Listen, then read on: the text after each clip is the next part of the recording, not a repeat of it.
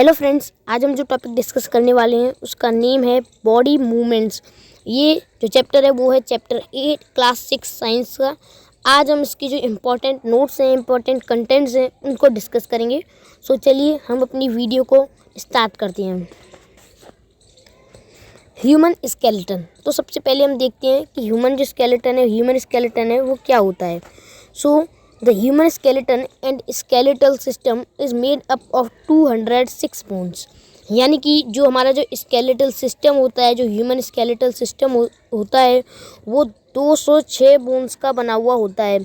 The bone of our body act as framework और give it shape. यानी कि जो हमारी जो बॉडी की जो बोन्स होती हैं वो हमारी बॉडी को एज अ फ्रेमवर्क, जो फ्रेमवर्क होता है ऐसी ही शेप देती हैं, जो फ्रेमवर्क जैसी ही शेप देती हैं। कौन? Bones. The bone are also protect internal organs. यानी कि जो हमारे इंटरनल ऑर्गन्स होते हैं उनको प्रोटेक्ट करने का काम कौन करती हैं?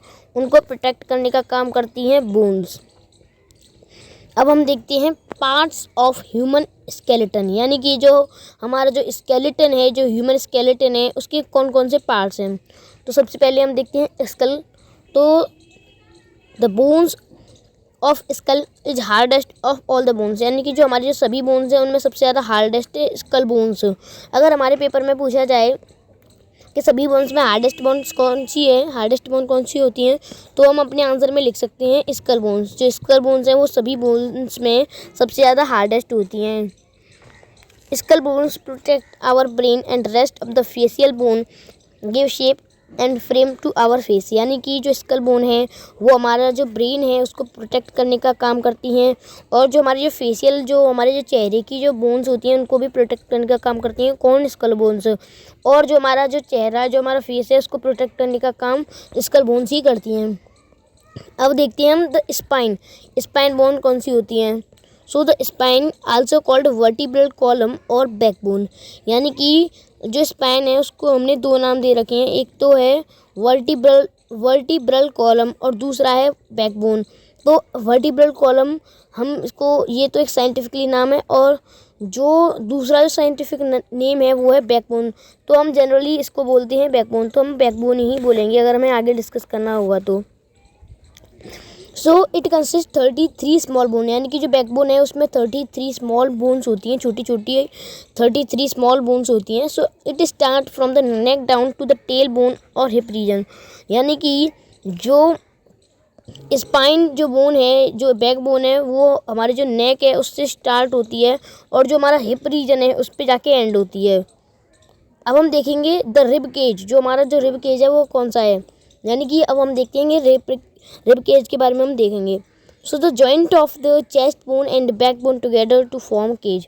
यानी कि जो हमारी जो चेस्ट बोन है और जो हमारी बैक बोन है, जब वो ये जो बोन्स हैं एक दूसरे के साथ ऐड हो जाती हैं, मिक्स मतलब जब एक दूसरे के साथ ये जब मिलती हैं एक दूसरे के साथ, तो ये एक केज की फॉर्मेशन करती हैं, जिसे हम क्या बोलते हैं, जिसे हम बोलते हैं rib cage. It protects our internal chest region, example lungs, heart etcetera. यानी कि जो हमारे जो इंटरनल जो चेस्ट रीजन की जो ऑर्गन्स हैं, जैसे कि हम देख सकते हैं लंग्स हैं, जो हमारे जो हार्ट है हमारा और जो लंग्स हैं उनको प्रोटेक्ट करने का काम करती है, उनको प्रोटेक्ट करने का काम करते हैं रिब केज। अब हम देखेंगे कॉलर बोन क्या होती है। So the collar bone are either side of the neck. यानी कि जो कॉलर बोन है वो हमारी जो नेक है उसके दोनों साइड में पाई जाती है। The collar bone is attached to the shoulder blade and breast bone. यानी कि जो कॉलर बोन है वो हमारा जो शोल्डर ब्लेड है उसके साथ अटैच होती है, और जो हमारे जो ब्रीस्ट बोन है उसके साथ अटैच होती है। It give shape to the shoulder and help in movement of arm. यानी कि जो कॉलर बोन है वो हमारे जो शोल्डर है उसको शेप देने का काम करती है, और हमारी जो आर्म का जो मूवमेंट है उसमें भी मदद करती है। कौन? Collar bone. अब हम देखते हैं फोर आर्म क्या होता है। So the arm has two parts, the arm upper arm and forearm joint at the elbow. यानी कि जो हमारी आर्म है उसके दो पार्ट्स होते हैं। कौन कौन से? तो उसके दो पार्ट्स हैं, वो हैं अपर आर्म और फोर आर्म, और ये जो दोनों पार्ट हैं वो एल्बो के एक जॉइंट पर एक दूसरे के साथ अटैच होती हैं। Our long bone run through upper arm and it give shape to the forearm. यानी कि जो हमारी जो अपर आर्म होती है, जब वो एक लॉन्ग बोन हो जाती है, जैसे कि हम मान लेते हैं ये हमारा जो हैंड है एक, ये पहले तो अपर आर्म होती है, लेकिन जब ये थोड़ी लॉन्ग हो जाती है तो ये दो हिस्से में बढ़ जाती है। तो जो दूसरा हिस्सा होता है उसको हम नाम देते हैं फोर आर्म। अब हम देखते हैं द हिप बोन। तो हिप बोन कौन सी होती है और ये इसके जो फंक्शंस है वो क्या क्या है। So the hip bone is form by 3 bone fused together two hip bone is joint with vertebrae in hip region. यानी कि जो हिप रीजन है उसकी फॉर्मेशन कैसी होती है, तो जो इसकी फॉर्मेशन है उसमें क्या होता है कि 3 बोन्स एक दूसरे के साथ ज्वाइन होती हैं। कौन कौन सी बोन्स, तो इसमें जो है 2 तो हिप बोन्स होती हैं और ये जो दोनों बोन्स हैं वो वर्टिब्रे के साथ कनेक्ट होती हैं, वर्टिब्रे के साथ अटैच होती हैं। तो इसलिए 3 बोन जब एक दूसरे के साथ हिप रीजन में अटैच हो जाती हैं, मिल जाती हैं, तो जो बोन फॉर्मेशन होती है, जिस बोन की फॉर्मेशन होती है उसको हम नाम देते हैं the hip bone. The hip bone and vertebrae join to form the pelvic girdle. So जो हमारी जो हिप बोन होती है और जो वर्टिब्रे है, जब ये एक दूसरे के साथ अटैच हो जाती हैं, ज्वाइन हो जाती हैं, तो ये एक ग्रिडल की फॉर्मेशन करते हैं, जिसका नाम हम कहते हैं पेल्विक ग्रिडल। अब देखते हैं हम जॉइंट्स क्या होते हैं। So the place where 2 or more bone meet in the skeleton. यानी कि एक ऐसा स्थान जिस पर 2 या 2 से ज़्यादा हड्डियाँ एक दूसरे के साथ मीट करती हैं, तो उसे क्या बोलते हैं, उसे हम जॉइंट बोलते हैं। For example we can move or bend only at those points. यानी कि जो जॉइंट्स हैं उनका काम क्या होता है कि जो हमारी जो बोन्स हैं उनको हम मूव या फिर बेंड उसी स्थान पर कर सकते हैं जहाँ पर जॉइंट होते हैं। Ligament connect the bone forming the joint. यानी कि जो जॉइंट है, जहाँ पर जो जॉइंट फॉर्म होते हैं वहाँ पर एक जो लिगामेंट है वो कनेक्ट होता है। The end of the bone covered with cartilage. यानी कि जो बोन का जो एंड होता है वो किसके साथ कवर होता है, वो बोन के जो कार्टिलेज होता है उसके साथ कवर होता है।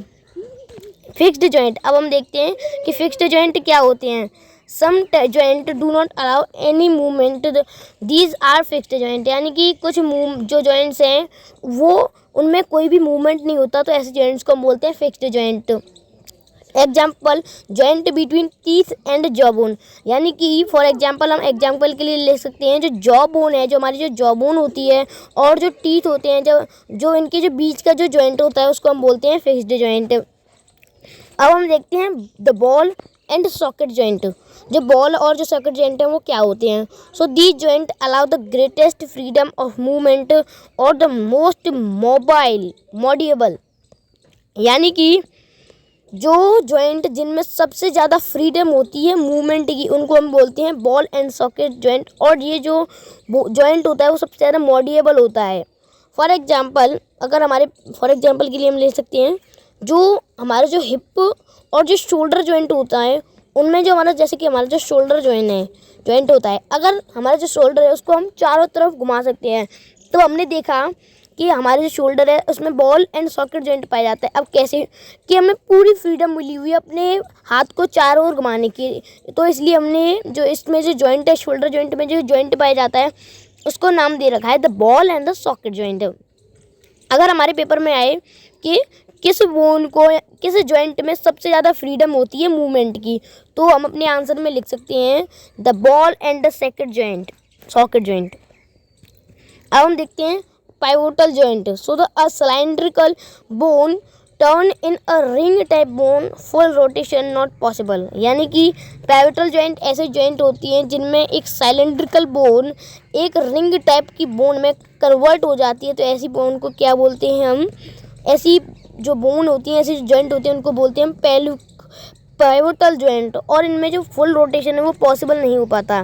फॉर एग्जाम्पल के लिए ले सकते हैं हम neck attach to the head help in side way back and forth movement. यानी कि जो नेक है वो हेड से अटैच होती है, जिससे हम साइड टू साइड अपने जो हेड है उसको फोर्थ मूवमेंट के लिए कर सकते हैं, अब हम देखते हैं हिंग जॉइंट कि हिंग जॉइंट क्या होता है। Like door like door hinge only back and forth movement possible. Example angle elbow नी, यानी कि जैसा कि जो डोर का जो हिंग होता है, जो डोर की जो हिंग्स होती हैं उनसे मूवमेंट पॉसिबल हो पाता है, तो ऐसा ही होता है हिंग जॉइंट। इनमें फोर्थ मूवमेंट नहीं पॉसिबल हो पाता, जो फोर्थ और जो बैक मूवमेंट होते हैं वो पॉसिबल नहीं हो पाते किन जॉइंट्स में, हिंग जॉइंट्स में। एग्जाम्पल के लिए हम जो हमारे जो एंकल है, एल्बो है, जो हमारी कोहनी है और जो हमारे घुटने हैं उनमें हिंग जॉइंट पाया जाता है। अब हम देखते हैं मूवमेंट जैसे कि चैप्टर का नेम ही है बॉडी मूवमेंट्स। तो अब हम देखते हैं कि बॉडी मूवमेंट्स क्या होता है, जो मूवमेंट्स हैं वो क्या होते हैं। So most animals move from one place to another place, यानी कि कुछ जो एनिमल्स हैं, कुछ एनिमल्स क्या हैं, वो एक प्लेस से दूसरे प्लेस में मूव करते हैं। This type of movement is called locomotion, यानी कि इसी मूवमेंट को हमने नाम दे रखा है locomotion. We use our legs for locomotion, यानी कि जो ह्यूमंस हैं वो लोकोमोशन के लिए क्या इस्तेमाल करते हैं, वो लोकोमोशन के लिए अपनी लेग्स को इस्तेमाल करते हैं। Animals that have vertebral column are called vertebrates, यानी कि ऐसे एनिमल्स जिनमें वर्टिब्रल कॉलम पाए जाते हैं, तो ऐसे एनिमल्स को हमने नाम दिया है वर्टिब्रेट्स। ऐसे जो एनिमल्स हैं उनको हम कहते हैं vertebrates. All vertebrates move with the help of bone and muscle, यानी कि जो सभी जो वर्टिब्रेट्स हैं वो बोन या फिर मसल की हेल्प से ही मूव कर पाते हैं। अब हम देखते हैं स्नेक क्या होते हैं, मतलब जो स्नेक की जो उनकी जो बोन्स या फिर और भी जो कई चीज़ें उनके जो मूवमेंट्स हैं उनको हम देखेंगे। So snake can move very fast due to flexibility of their backbone, यानी कि जो स्नेक हैं उनकी जो बैकबोन है उसकी जो फ्लेक्सिबिलिटी होती है उसी की मदद से ही वो इतनी फास्ट मूव कर पाते हैं।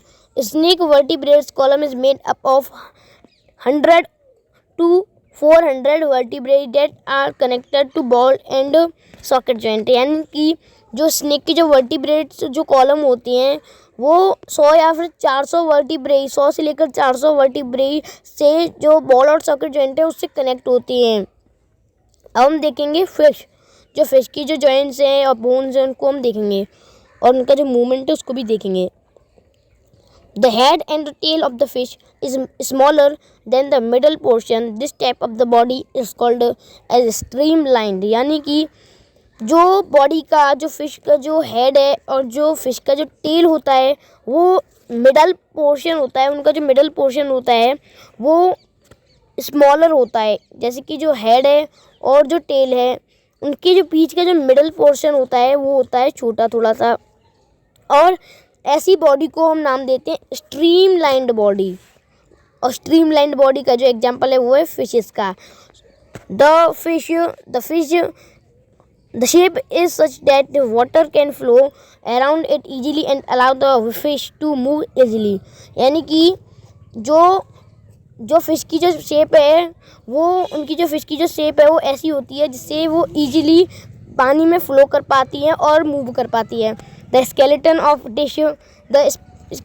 of fish is covered with very strong muscles, यानी कि जो फिश का जो स्केलेटन होता है वो स्ट्रॉन्ग मसल्स के साथ कवर होता है। अब हम देखेंगे बर्ड्स के जो बोन्स होती हैं, जो मसल्स होते हैं, मूवमेंट होती हैं, उनको हम देखते हैं।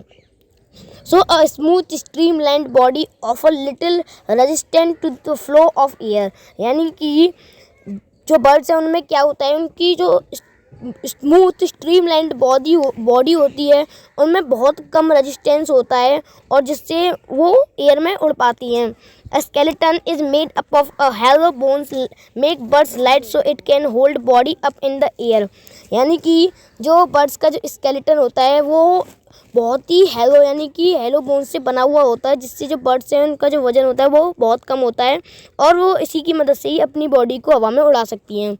Big strong flight muscles attached to the wings helps it flaps its wings, यानी कि जो मसल्स होती हैं उनकी मदद से ही जो बर्ड्स हैं वो उड़ पाती हैं।